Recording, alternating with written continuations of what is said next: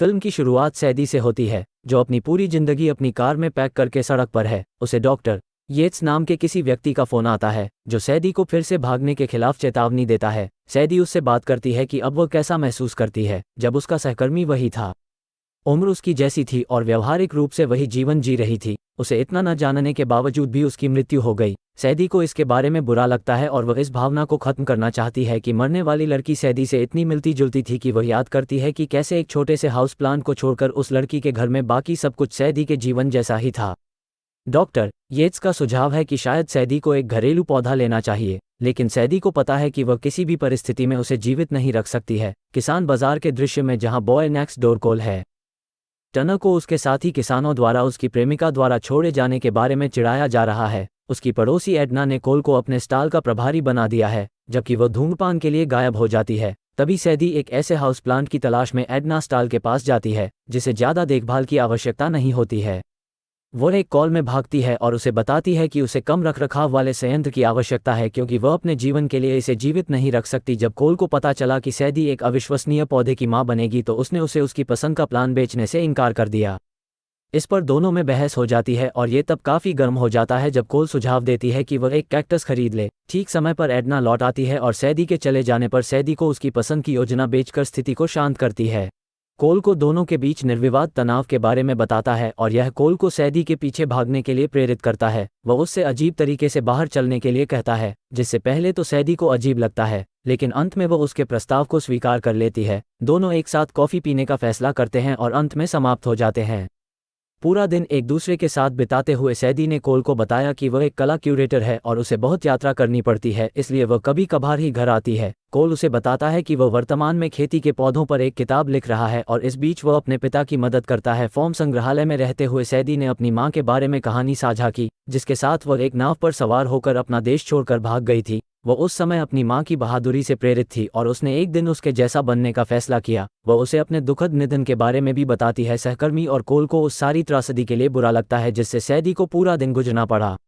एक साथ और फिर कराओके में मौज मस्ती करने के बाद रात में कुछ पे लेने का फैसला किया। उन्होंने अपने प्रेम जीवन के बारे में दिल से दिल की बात की और सैदी ने उसे बताया कि उसे बस किसी ऐसे व्यक्ति की ज़रूरत है जो उसके काम के कारण उसके समय की बहुत अधिक मांग न करे, उसे ऐसा करने की अनुमति नहीं देता है। कोल उसके फैसले का सम्मान करता है और जल्द ही वे चुंबन करना समाप्त कर देते हैं। वे सूरज को उगते हुए देखते हैं और जब कोल अंततः उसे घर छोड़ देता है तो दोनों अंतरंग हो जाते हैं। जब कोल वापस लौटता है तो उसका पूरा परिवार इस तथ्य से अवगत होता है कि उसने अभी अभी बिताया है महिला के साथ रात में वह पहले से ही सैदी और उसके रोमांस से प्यार करता था। उत्साही माता पिता उसकी भावनाओं का समर्थन करते हैं, लेकिन बहन मैदी उसे बहुत अधिक ज़रूरतमंद और चिपकू होने के खिलाफ चेतावनी देती है। यही कारण है कि उसकी पूर्व प्रेमिका ने उससे संबंध तोड़ लिया। पहले स्थान पर, लेकिन कोल को नहीं लगता कि कुछ टेक्स्ट और इमोजी का मतलब यह है कि वह जुनूनी हो रहा है। जब मैदी देखती है कि कोल ने सैदी और उसकी एक तस्वीर भी ली थी जब वह सो रही थी, वह जानती है कि उसका भाई बचाने से परे है। कोल बाकी दिन सैदी के इंतजार में बिताता है उसके संदेशों का उत्तर देने के लिए, लेकिन हर बार उसके फ़ोन की झंकार से कोल को निराशा ही हाथ लगती है। मैदी का सुझाव है कि सैदी ने कोल पर भूत का साया डाला है, लेकिन उसे यकीन है कि उस दिन उसने उसके साथ जो कुछ साझा किया था वह वास्तविक और सार्थक था। अचानक कोल को याद आया कि उसने अपना इन्हेलर सैदी में छोड़ दिया है बैग और इस पर एक एयर टैग है, जैसा कि उसके अधिकांश सामान पर होता है। वो इन्हेलर के स्थान को देखता है और पाता है कि सैदी अपनी रोमांटिक कल्पनाओं को पूरा करने और एक बड़ा रोमांटिक इशारा करने के लिए लंदन में है। कोल, जिसने कभी देश नहीं छोड़ा है और हमेशा रहा है एक बड़ा घरेलू व्यक्ति, निर्णय लेता है उस लड़की को आश्चर्यचकित करने के लिए लंदन की यात्रा करें, जिससे वह अपनी बहन के विरोध के बावजूद केवल एक बार ही मिला है। कोल विमान पर चढ़ता है और लंदन पहुंचता है। वह अपने साथ एक कैक्टस भी लाता है। दो कॉल ट्रैक के बीच एक अंदरूनी मजाक के रूप में सैदी का स्थान पता चलता है, लेकिन निराश होता है जब वह उसे ढूंढने में सक्षम नहीं होता है। तो अचानक सड़कें सुनसान हो जाती हैं और कोयला उन लोगों से घिरा होता है जो ठगों की तरह दिखते हैं। इससे पहले कि उसे पता चलता है कि क्या आ रहा है, जब वह उठता है तो लोग और कोल फेट करते हैं। कोल खुद को एक कमरे में कैद पाता है और उसके चारों ओर हथियारबंद लोग होते हैं।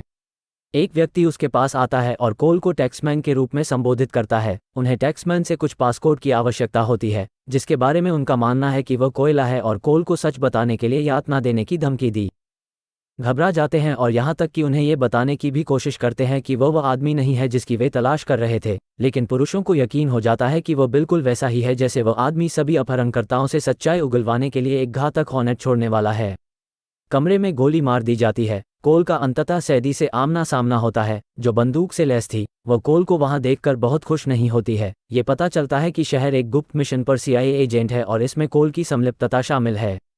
उसके रास्ते में एक बड़ी बाधा के रूप में उसे पता चलता है कि बुरे लोग हैं। उसके बाद अब सोचे कि टैक्समैन कोल है और इससे उसके लिए बहुत सारी समस्याएं पैदा हो जाती हैं। सैदी कोल को बचाने में कामयाब हो जाती है, जो अपने सूटकेस के साथ सुरंगों से भाग जाता है। बुरे लोगों से लड़ने के बाद वे सुरंगों से बाहर निकलते हैं और खैबर दर्रे में पहुंचते हैं। पाकिस्तान कोयला है, जो कुछ भी हुआ उसके बारे में अभी भी बहुत उलझन में है, लेकिन उसे स्पष्टीकरण मांगने का मौका नहीं मिला क्योंकि बुरे लोग अभी भी उनका पीछा कर रहे हैं। जैसे ही वे जीप की सीट पर बैठने वाले थे, वह बाहर इंतजार कर रहा था। बुरे लोग उन पर हमला करते हैं और वे अपनी जान बचाने के लिए भागते हैं। पीछा करने का मामला लड़ाई में बच नहीं पाता है। सैदी उनसे लड़ने का प्रबंधन करती है जब तक कि वो कॉलिंटो के साथ एक स्थानीय बस की कमान नहीं संभाल लेती। सैदी बुरे लोगों से लड़ती है जो उसके पास आते रहते हैं। कोल की जीवित रहने की प्रवृत्ति सक्रिय हो जाती है और वह अपनी कुछ पुरानी हाई स्कूल कुश्ती तकनीकों का उपयोग करके बुरे लोगों को रोकने में कामयाब हो जाता है। सैदी के सुपर कूल ड्राइविंग कौशल और उसकी महाकाव्य लड़ने की क्षमताएं दोनों को बचाने में कामयाब हो जाती हैं। कोल का अंत होने का उल्लेख नहीं है। मजाक के तौर पर सैदी के लिए लाए गए कैक्टस से एक बुरे आदमी की पिटाई करने के बाद उसे मार डाला।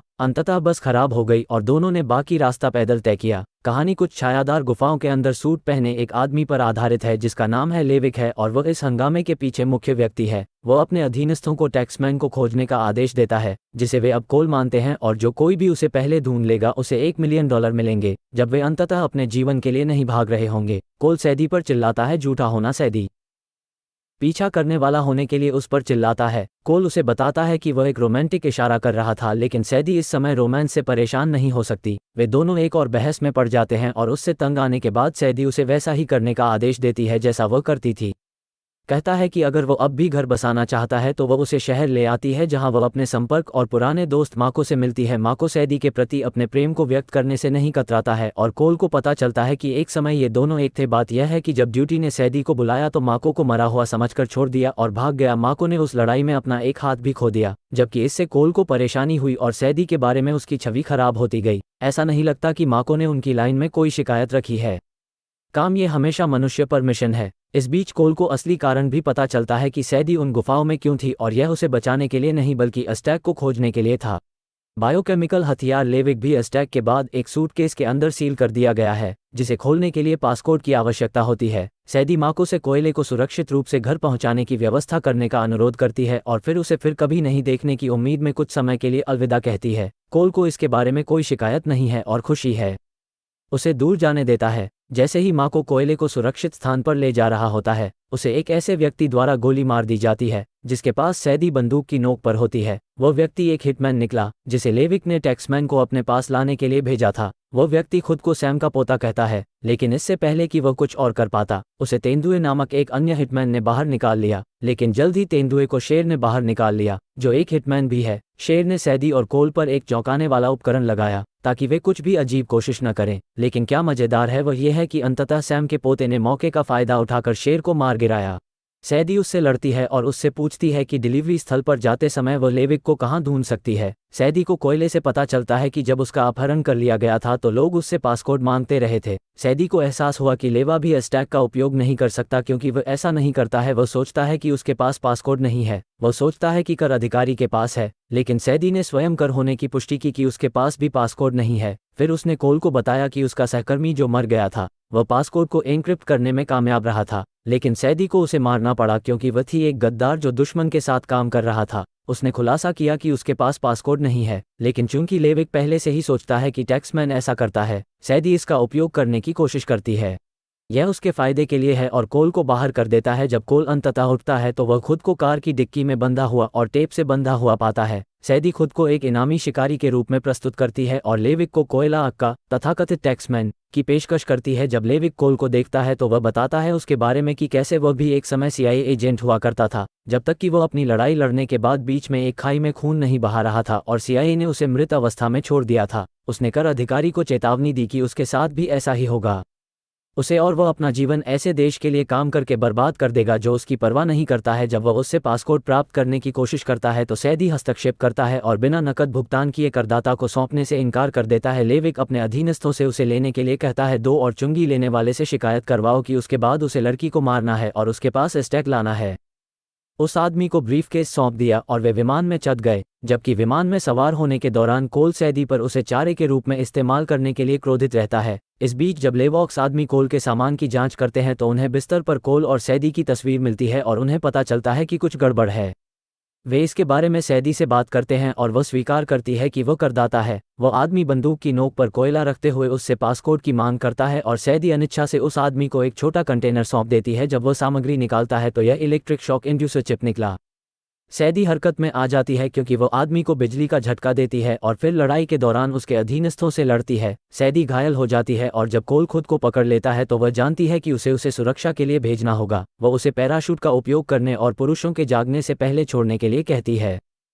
कोल उसे छोड़ने के बारे में अनिच्छुक है, लेकिन जाने से पहले उससे पूछा जाता है कि वह सैदी और एस्टैक दोनों को पकड़ना सुनिश्चित करता है। कोल 6 घंटे बाद विमान से कूद जाता है। वे अरब सागर में साकात्रा द्वीप पर होते हैं। सैदी जागती है और पाती है उसके घाव की देखभाल की जा रही है, कोयले की देखभाल की जा रही है और उसे जंगली औषधीय पौधों की मदद से सिल दिया गया है। सैदी को भी ये देखकर राहत मिली कि एस्टैक सुरक्षित रूप से सुरक्षित है। उसने कोल को पहली बार उसके प्रति आभारी महसूस करते हुए धन्यवाद दिया। उसने अपने मुख्यालय के आदेशों के बारे में एक संकेत भी भेजा। उसका पता जब लेवेक को पता चला कि उन्होंने टैक्समैन को खो दिया है तो एक बार फिर उसने अपने अधीनस्थ वैगनर को किसी भी कीमत पर उस आदमी को ढूंढने की चेतावनी दी, क्योंकि यदि वह ऐसा नहीं करता है तो रात होते ही उसे लेवेक की बंदूक के अंत का सामना करना पड़ेगा। कोल और सैदी बात करते हैं क्यों कोल के बारे में। सभी प्रकार के पौधों का अध्ययन करने का शौक होने पर भी उसने कभी देश नहीं छोड़ा। कोल ने सैदी को यही बहाना दिया कि उसके पिता बीमार हो गए थे और उसे व्यवसाय की देखभाल करनी थी, लेकिन सैदी को पता था कि असली कारण कुछ और है। कोल को सैदी की मां के बारे में पता चला, वह अब जीवित नहीं है और उसे ये देखकर बुरा लग रहा है कि एक एजेंट के रूप में उसके काम के लिए उससे बहुत कुछ चाहिए। कोल देख सकता है कि सैदी कितनी अकेली लगती है और दोनों के बीच शांति हो जाती है और एक बार फिर शैतान टैंगो करने के बाद वे फिर से चुंबन करते हैं।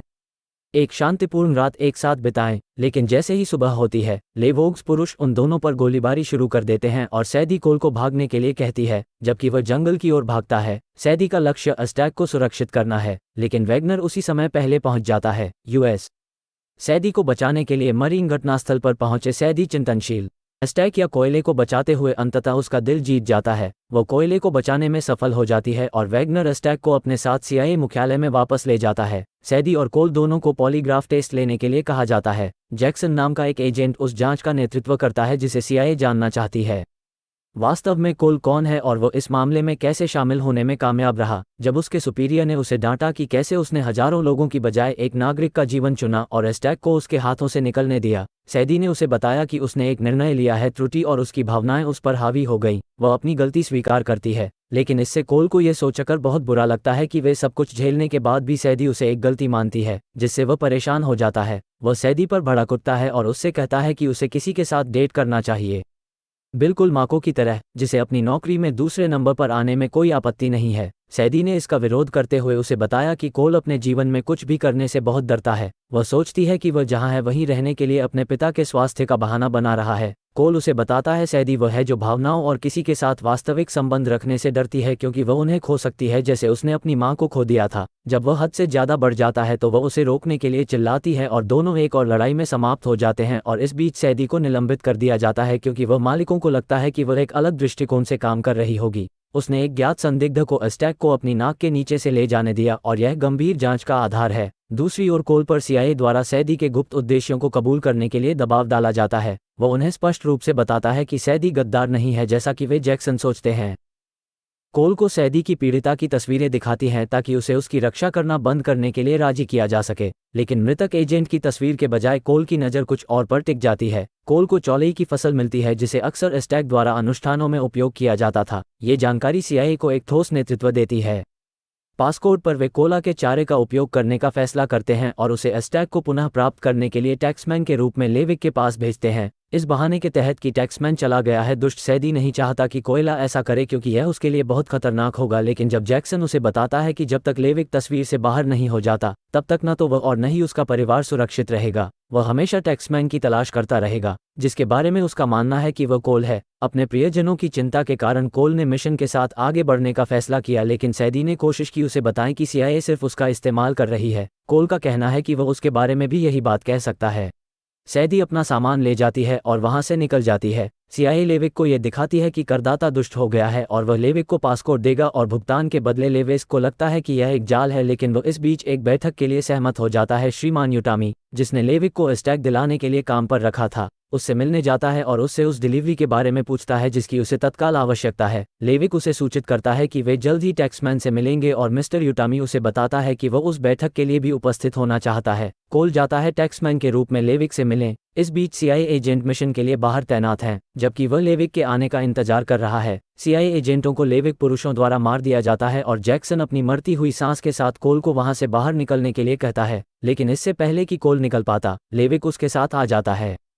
मिस्टर यूटामी वो पीछा करने के लिए कट जाता है और उसे बिना जाने मामले को खोलने के लिए कहता है और क्या करना है। कोल समय के लिए रुकता है और लेविक को बताता है कि वह पहले भुगतान चाहता है। वह CIA के लिए गद्दार होने का नाटक करता है और उसे बताता है कि वह एक अमीर आदमी की इमारत से बाहर निकलने की योजना बना रहा है। लेविक उस पर विश्वास नहीं करता है, लेकिन हास्य करता है ये पूछने पर कि उसके मन में क्या बदलाव आया। कोल ने उसे बताया कि लेविक ने उससे पिछले दिन जो कहा था, उससे उसे एहसास हुआ कि CIA को उनकी परवाह नहीं है। मिस्टर उतामी अधीर हो जाते हैं और लेविक कोल से उसे पासपोर्ट देने का आग्रह करते हैं। कोल मुश्किल में है स्पॉट और उसे नहीं पता कि क्या करना है जब अचानक उसे राहत मिलती है। सैदी दिखाती है कि वह पुरुषों के साथ बैठती है और उन्हें बताती है कि वह टैक्समैन है और कोल उसका प्रेमी है। उसकी बातें सुनकर कोला बहुत खुश हो जाता है। सैदी सभी चीज़ों पर विचार करती है। श्री उटामी ने उनसे अपने खाते में $10 मिलियन भेजने के लिए कहा और वह उन्हें पासपोर्ट दे देंगी। सौदा पूरा हो गया और सैदी ने मामला खोल दिया। इसके अंदर एस्टैक के साथ उसे तुरंत अपने खाते में 10 मिलियन प्राप्त होते हैं। अब ऐसा हो जाने के बाद लेविक सैदी को मारने की कोशिश करता है, लेकिन वह उसे ये बताकर आश्चर्यचकित कर देती है कि वह इस समय इनामी शिकारियों के झुंड से घिरा हुआ है और उसने अभी $10 मिलियन का इनाम रखा है। इससे पहले कि अराजकता फैल जाए, नागरिक बाहर निकल जाएं और केवल हिटमैन और बुरे लोग ही बचे रहें, सैदी चतुराई से किसी और से पहले एस्टैक को हथियाने में कामयाब हो जाती है और गोलीबारी शुरू हो जाती है। सैदी और कोल बुरे लोगों से लड़ने और प्रबंधन करने के लिए एक साथ काम करते हैं। ऐसा करने के लिए जब तक वैगनर द्वारा कोल पर हमला नहीं कर दिया जाता, तब तक दोनों नियंत्रण कक्ष में एक पर एक लड़ते रहे, जहां बहुत सारी मशीनें और बटन थे, जबकि वे लड़ते हुए कुछ मशीनों को चालू कर देते थे जो तंत्र के साथ खिलवाड़ करती थी।